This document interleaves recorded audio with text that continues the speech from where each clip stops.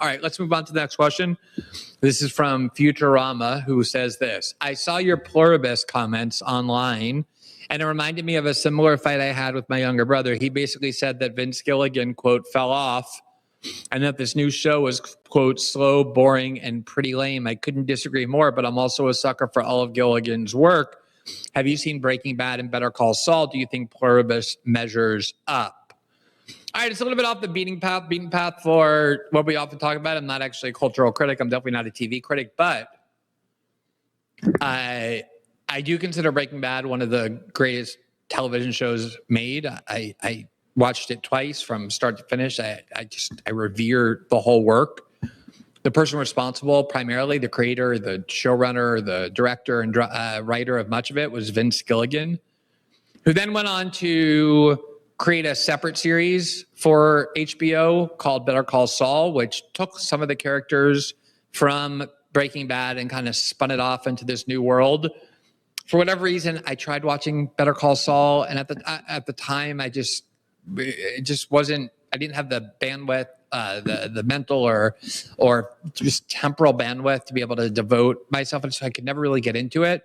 Everybody I know says it's great. I'm sure it is. I have no doubt at some point I'll go watch it. But Breaking Bad is, for me, spectacular. So Vince Gilligan, after doing Breaking Bad and doing Better Call Saul, has this new program on Apple TV called Pluribus. And I was hearing great things about it, so I decided to watch it.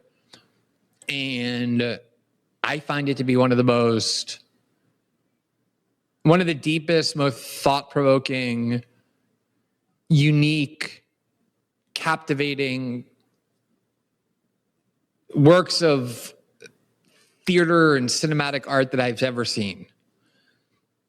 But it's become extremely polarizing, this show, for the reason that the questioner referenced, which is that both Breaking Bad, I can't say this about Better Call Saul, but Breaking Bad was a very slow-paced show. They would devote entire episodes where the plot wouldn't really move that much. Like, you didn't learn much about the plot, about where it was going. A lot of times it was just devoted to character study. Some of the scenes would just be very little dialogue, but cameras fixed on these extraordinary actors who were really letting you deep inside the psyche of the characters and their motivations. And you had to have patience. But oftentimes Breaking Bad, because, I don't think it's, you can spoil a show that's 20 years old or 15 years old. The main character was a science teacher, who learned that he had cancer and he was going to die. His cancer was terminal. And in order to create a nest egg or financial security for his family, he decided to cook and sell methamphetamine. And he ended up perfecting it using his knowledge as a chemistry teacher, selling the purest, best methamphetamines. And at some point, it went from this kind of benevolent, noble goal of creating a nest egg for his family, kind of a critique that, people who are teachers don't make any money. They don't really have any benefits.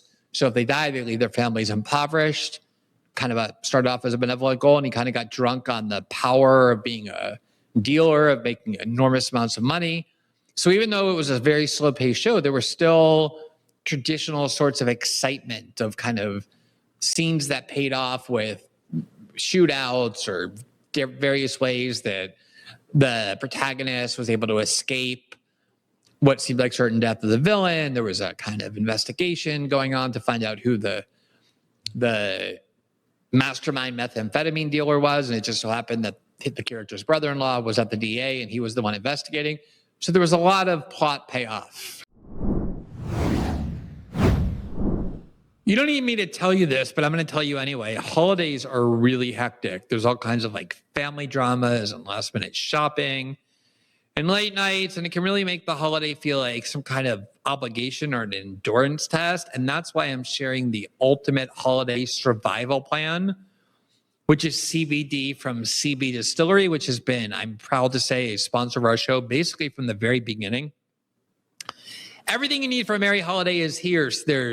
You can stuff your mom's stocking with CBD to help her better sleep. A lot of mothers get very neurotic, very, very chatty, very annoying often, but especially during the holiday season. Just stick some CBD in her stocking. It'll help her sleep better, help her calm down, a much more peaceful vibe for your family. You can gift your fitness friends pain relief sticks to alleviate pain after they just worked out. I've talked a lot of times about how when I play tennis, my body's very strong, very youthful. Obviously, you can see that. But sometimes I get a tiny bit of tendonitis or whatever in my wrist, and I just use that stick. And I swear to you, I'm not saying this because they're a sponsor. I swear to you, it's true. You rub that stick on your muscle, your tendon, and the pain subsides instantly. And then don't forget to grab a little holiday calm for yourself. Every CB Distillery product is made with premium quality, clean ingredients, no fillers or anything artificial. And with over 2 million customers and a 100% money back guarantee, it's the gift you can feel good about giving. If I were you, I'd consider getting their targeted relief stick for those pesky aches and pains this year. Give yourself and everyone on your list the gift of better sleep, less stress, and pain relief with CBD from CB Distillery. And with my promo code Glenn, you can save 25% off on your entire purchase. Visit cbdistillery.com and enter Glenn for 25% off. That's cbdistillery.com. And then enter Glenn, cbdistillery.com. Specific product availability depends on individual state regulations. Pluribus is a show that I don't want to give. I don't think. I want to first of all really recommend it. Like, not everybody has Apple TV. No, not everybody wants Apple TV. Actually, have gotten Apple TV on and off just when there's something I want to watch on it, and then when I don't want to watch anymore, I just get rid of Apple TV, and I got Apple TV again just to watch this. I highly recommend it. I just can't recommend it highly enough. So I don't want to talk about the show too much because of those of you who haven't watched it who might. I don't want to kind of give you the spoil, but I'll just say, in general, it's a show that is actually slower paced than even Breaking Bad was. And I think there's now 7 episodes released, maybe 6 or 7. And I think it's a new episode is every Friday night. So as a matter of fact, there's probably a new episode out tonight that I'll probably watch once we're done here. Now that I think about it, I think it's episode 7. It's been the pilot was very action packed. It kind of created the new world in which these characters find themselves. But since then, the plot doesn't advance that quickly. It doesn't. You'll have 20 minutes or 10 minutes with no dialogue, and you'll watch the characters doing sort of seemingly pedestrian things. And so a lot of people, including smart people, including people in my life who are very smart, who aren't, part of the Gen Z TikTok generation, keep saying, oh, the show's so boring. I turned it off. I couldn't get into it. I saw on social media this week, people who I know to be smart saying, I don't know why people would watch Pluribus. It's just so boring. And I find that fascinating because I do think that it is a byproduct of the fact that our brains are trained from the internet, including people who are in my generation or older, who were born into a world with no internet. We've been using the internet for a long enough time that our brains just crave this constant stimuli. Like our show, for example, is very unusual for an internet show or even a cable show. Most cable shows use the format where they start off with a big story that's 10 minutes long, 12 at the most.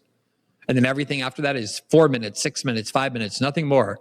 Constantly another topic, another thing, another drama, another outrage, another guest, another this, another that. It just never stops. And our show rarely covers more than 2 topics at once, sometimes 3. And it's a very in-depth examination into it. And we ask a lot of our audience because of that. And we know we're limiting our audience because a lot of people don't want that. They want quick 7-8 minute clips at the most, and then move on. And I think that is a product of how we now consume information. Now, I've seen a lot of the debate. It's been incredibly polarizing online. And there has become this sort of sanctimony, this pomposity for people who do like the show. Whenever anyone pops up and says, I don't like the show, it's boring, it's this, it's too slow, immediately the people will say, oh, your brain is broken, you're an idiot, it's an IQ test, you're too dumb to appreciate it. This I dislike, this kind of discourse. So I want to avoid that, but I do think there is a definite, obvious, evident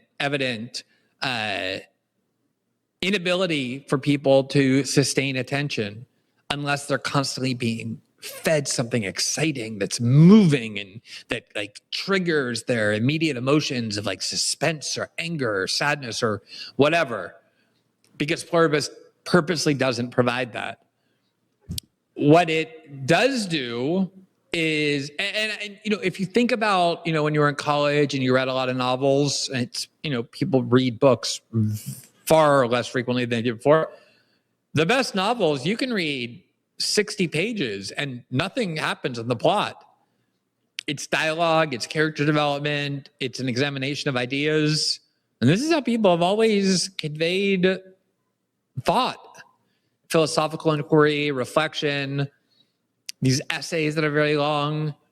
And I see Pluribus as that. It's I would say it examined the very generalized plot is that a foreign signal is sent, and this is all evident in the first 20 minutes of the show, so I'm not spoiling anything, but a foreign signal is sent. It turns out to be kind of a mind virus. Human beings get affected, and the entire human race becomes a hive mind, a collective consciousness.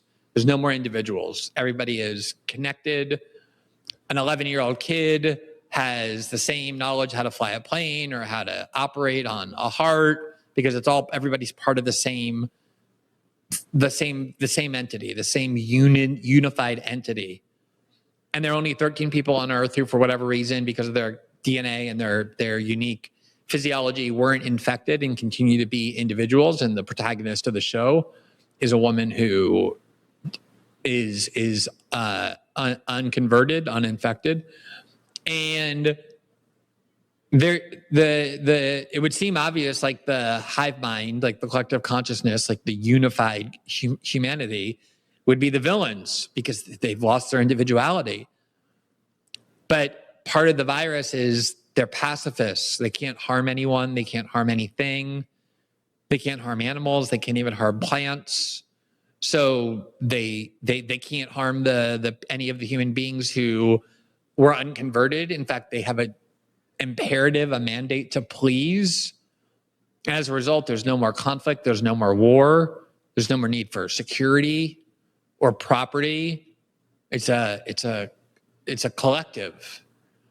And the question is, who do you side with? Who has the better perspective? Is it the collective that says, look, we got rid of war and conflict and ego and competition? Or is it the individual who continues to insist on this being the essence of humanity? And there are cultures that have answered that question very differently, who emphasize the superiority of the collective over the individual. Others, like American culture, that always emphasize the superiority of the individual, but it forces you to confront a lot of those questions in very interesting ways. Also, it's obviously, whether intended or not, a very provocative reflection on AI, which is why I raised this in connection with the question, and what AI is in terms of it being a collective consciousness. But is it going to kind of drain humanity of what it is? Is this collective consciousness, though it's obviously smarter, has more wisdom, has more knowledge, in its collectivity, has it lost the essence of the human soul, which is an individual navigation through life?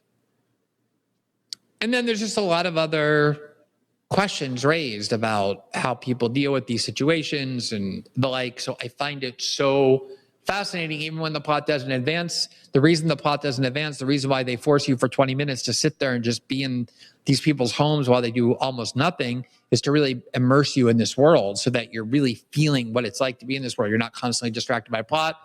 And the polarized discourse online, though unbelievably vicious, and I should just, as an aside, say that I always think, you know, if you're in journalism, if you're in politics, that's when you get a lot of hate online, because politics is really about the distribution of power. People feel passionate over it. They fight about it. But if you follow people who are totally apolitical, tennis is my favorite sport, so I follow a lot of tennis writers or TV critics or film critics or art critics, philosophers. You'll see that even they don't have a big platform. They express a single opinion like this show's good, this tennis player's not fulfilling expectation. The hatred that they get is almost the same.